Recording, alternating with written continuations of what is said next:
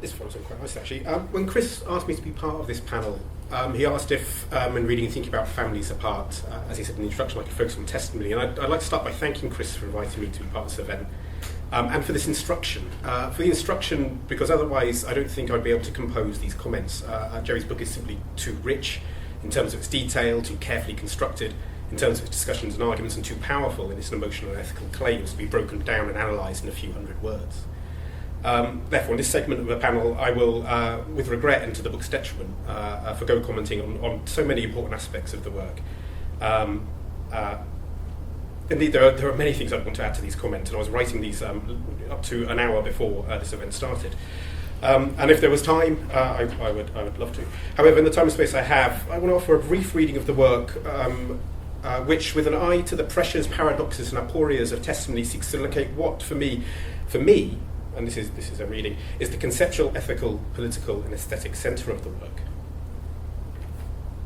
At the start of the fourth chapter, Creating New Spaces of Politics, the chapter which discusses and describes the staging of the testimonial play in LA, Jerry outlines what she calls melancholic realism. Melancholic realism will describe the epistemology of the play, the nature of the claims that it makes upon its audience, if that audience has the ears to hear. So on page 108 we read, within psychoanalytic theory, melancholy is understood as a process of refusing to mourn and relinquish what has been lost, or to substitute it with other attachments. A melancholic insistence on the non-exchangeable singularity of what has been lost has implications for how it can be expressed, in particular because any representation is a form of substitution. Representation is itself suspect. The comments here pick up on threads from the previous chapters, particularly discussions of loss and trauma. So, for example, on page 61, and drawing on Freud and Caruth, Jerry outlines how trauma is defined by that which resists meaning, by that which returns, but returns as disquietingly and perhaps devastatingly meaningless. On page 47, and this time drawing on Butler, we find Jerry foreshadowing the comments on the non-exchangeable singularity, writing that loss is not something that you can get over or work through, that loss cannot be represented, but it must be marked. And I underline this must, we'll come back to it.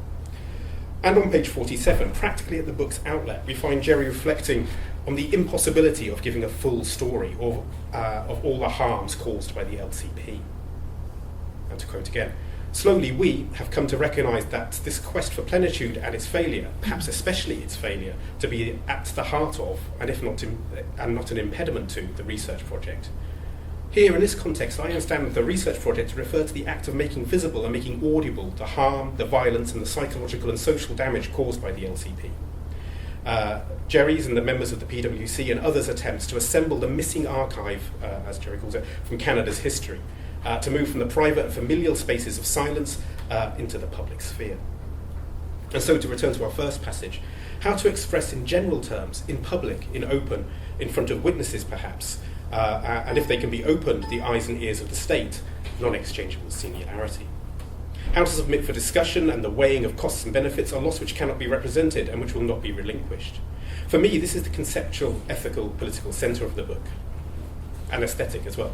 And I say conceptual, ethical, political, and aesthetic because, stated in this way, in the imperative tone of the must, it's impossible to separate out these threads. It's impossible to tell if this is purely an ethical, political, conceptual, or aesthetic problem. I've originally entitled these comments Oscillations. On page 111, Jerry describes a productive oscillation within the work. In this particular case, between the singular and the general, between the subjective and the actuarial. However, beyond this, it seems to me that so much of the force of the work, conceptually at least, can be understood from the way it occupies and as it creates and stages oscillations in a series of irreducible registers, the types of things that Rachel described as collapsing earlier. As noted, the singular and the general, but also the effectual and the political, the ontological and the ethical, the anecdotal and the actuarial, the discursive and the figural, the archival and the inexpressible, separation and relation, silence and sovereignty, loss and possibility. What I think is key to this work is precisely the failure, or rather the unwillingness, to resolve such oscillations. How to lend consistency to them, though? Many times, up to the very opening line of the final paragraph, Jerry claims the impossibility of creating one overarching narrative. The mode of address here must be otherwise than that of a sovereign state or its representatives, narrating itself through liberal ideas and the efficacy of numbers, naturalising and legitimating its forms of violence in the process. Indeed, Jerry warns against the political and epistemological presuppositions built into our methods. The way that interviews, for example, all too often presume a coherent, responsible citizen subject as their object. In such a situation, the temptation on the part of the social scientist is to constantly repair the testimony given, to fill in its silences and gaps, to erase its tears and its contradictions, to make the testimony suitable to the norms of judgment in the public sphere. The alternative to this method, which is repeatedly attempted throughout this book, is to reformat the mode of address, to decline from the authoritative role of critic and refuse to separate out politics from ethics, from concepts from aesthetics. Where Jerry draws on Rancière to discuss the staging of these claims, as I read the play about the play Nanay, I kept thinking of a line from Peter Sloterdijk. When discussing melancholia, he suggests that there's always the possibility of reformulating what he calls mental problems, and we would call something else, I think, as media problems. That is to say, rather than seeking to repair testimony, that is to format it and make it suitable to existent regimes of representation and address, it may be desirable and certainly more just to change such regimes or invent new ones, to invent new public spheres where new forms of connection and separation are possible. With Nanay, I think there can be little doubt that Jerry has gone further down this experimental path than almost any other geographer. However, this raises the question of the witness, or more simply, the audience. Throughout the book, there are repeated references to moving witnesses and audiences, and indeed readers, from passive spectators to engaged witnesses.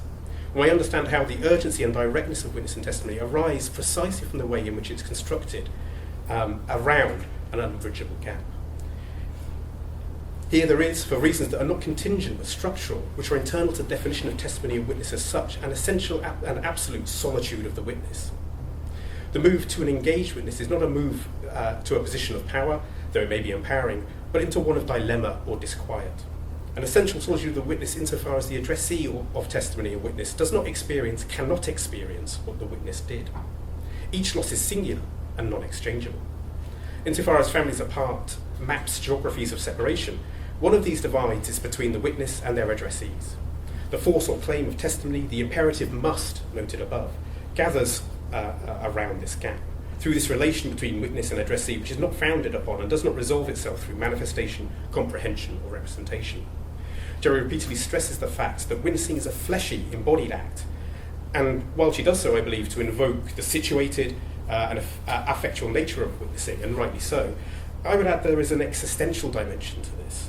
We can see this in the brief flashes of the you, the second person singular within the text, the you in the accusative, you, the audience of Nanay, you, the addressee, you here and now. At the end of the book, the line, we ask that you might join us. This action is taken for you.